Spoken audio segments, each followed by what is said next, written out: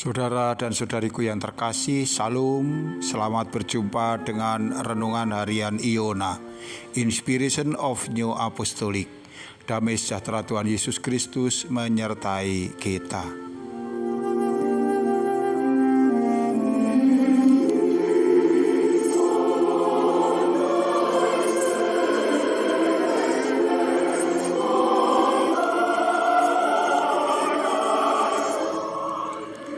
Kita akan membaca firman Tuhan dari 1 Raja-Raja 17 ayat 16 sampai dengan 17. Tepung dalam tempayan itu tidak habis, dan minyak dalam buli-buli itu tidak berkurang, seperti firman Tuhan yang diucapkannya dengan perantaraan Elia. Sesudah itu anak dari perempuan pemilik rumah itu jatuh sakit, dan sakitnya itu sangat keras sampai tidak ada nafasnya lagi.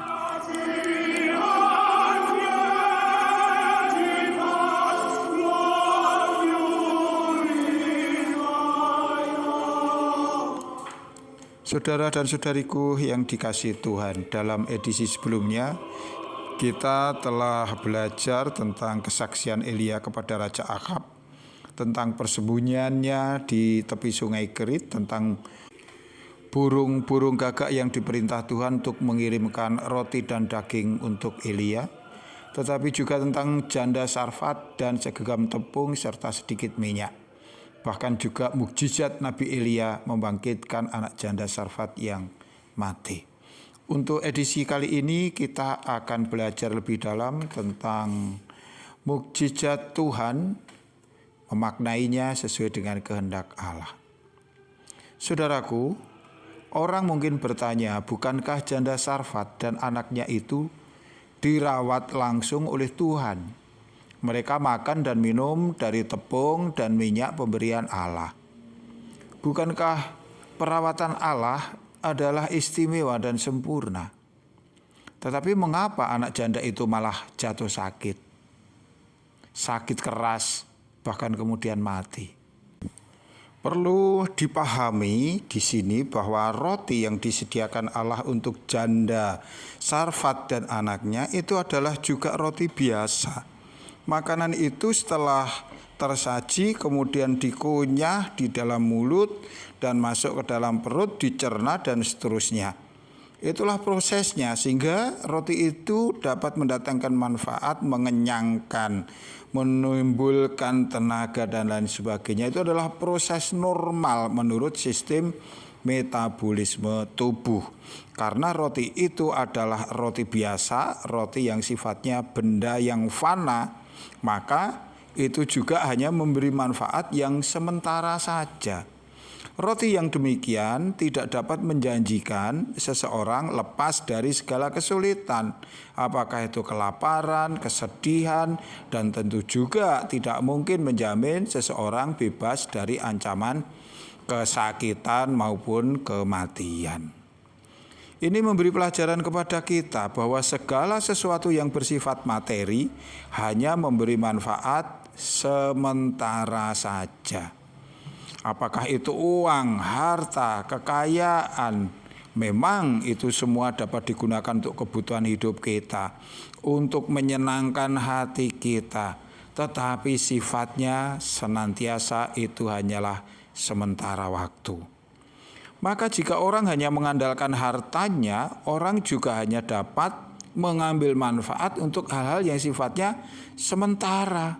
Makanan, uang, kekayaan tidak pernah menjanjikan hidup kekal, sukacita abadi, ataupun kerajaan surga. Saudara dan saudariku yang terkasih, mencermati kenyataan ini seharusnya menyadarkan kita untuk tidak menjadikan hal-hal yang sifatnya duniawi sebagai sebuah prioritas.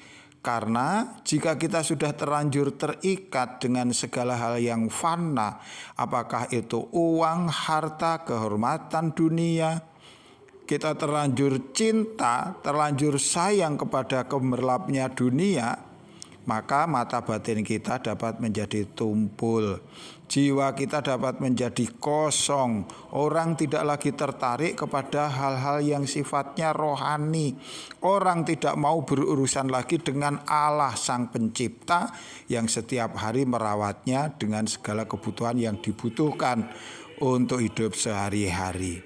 Ini sungguh berbahaya, karena jika suatu saat nanti hidup kita di muka bumi ini berakhir, selesai, maka kita akan mengalami kekosongan di dalam diri kita.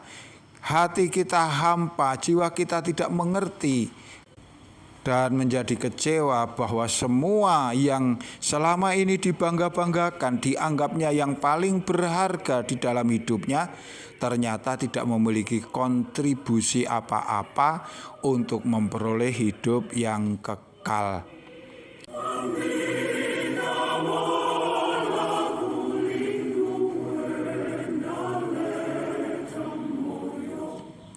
Lantas bagaimana seharusnya? Apa yang harus kita lakukan agar kita tidak mengalami kekosongan masa depan? Agar jiwa kita tidak gelisah, semakin bertambah usia, semakin kita sadar hidup kita di muka bumi ini akan berakhir. Hendaknya kita memiliki kepastian kemana hidup, roh dan jiwa kita ini akan melanjutkan perjalanannya. Yesus memberikan jawabannya. Ia menawarkan kepada kita bukan hanya air yang berasal dari dalam bumi atau air hujan, tetapi air hidup yang berasal dari surga. Jika kita meminum air ini, maka kita tidak akan haus lagi untuk selamanya. Tuhan juga menawarkan kepada manusia roti hidup. Roti yang dimana kalau kita memakannya, manusia memakannya, ia tidak akan pernah lapar lagi untuk selama-lamanya.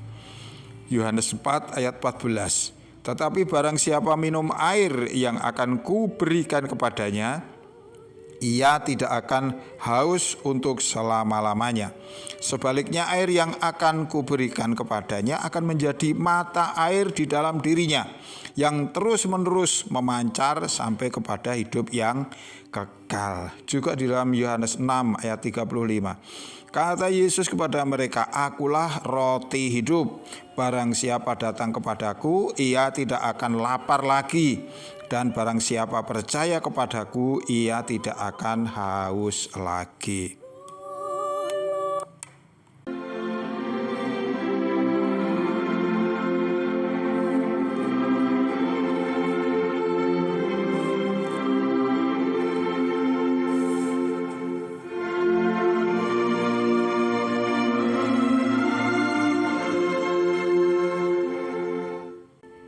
Saudaraku yang dikasihi Tuhan, perlu diingat bahwa manusia itu terdiri dari tubuh, jiwa, dan roh. Untuk kebutuhan tubuh, manusia telah sangat tahu dan peduli. Tetapi bagaimana dengan kebutuhan jiwa? Ini yang seringkali diabaikan. Padahal tubuh tidak dapat hidup tanpa adanya roh dan jiwa. Sebaliknya, roh dan jiwa tetap hidup meskipun tubuh tidak lagi berfungsi.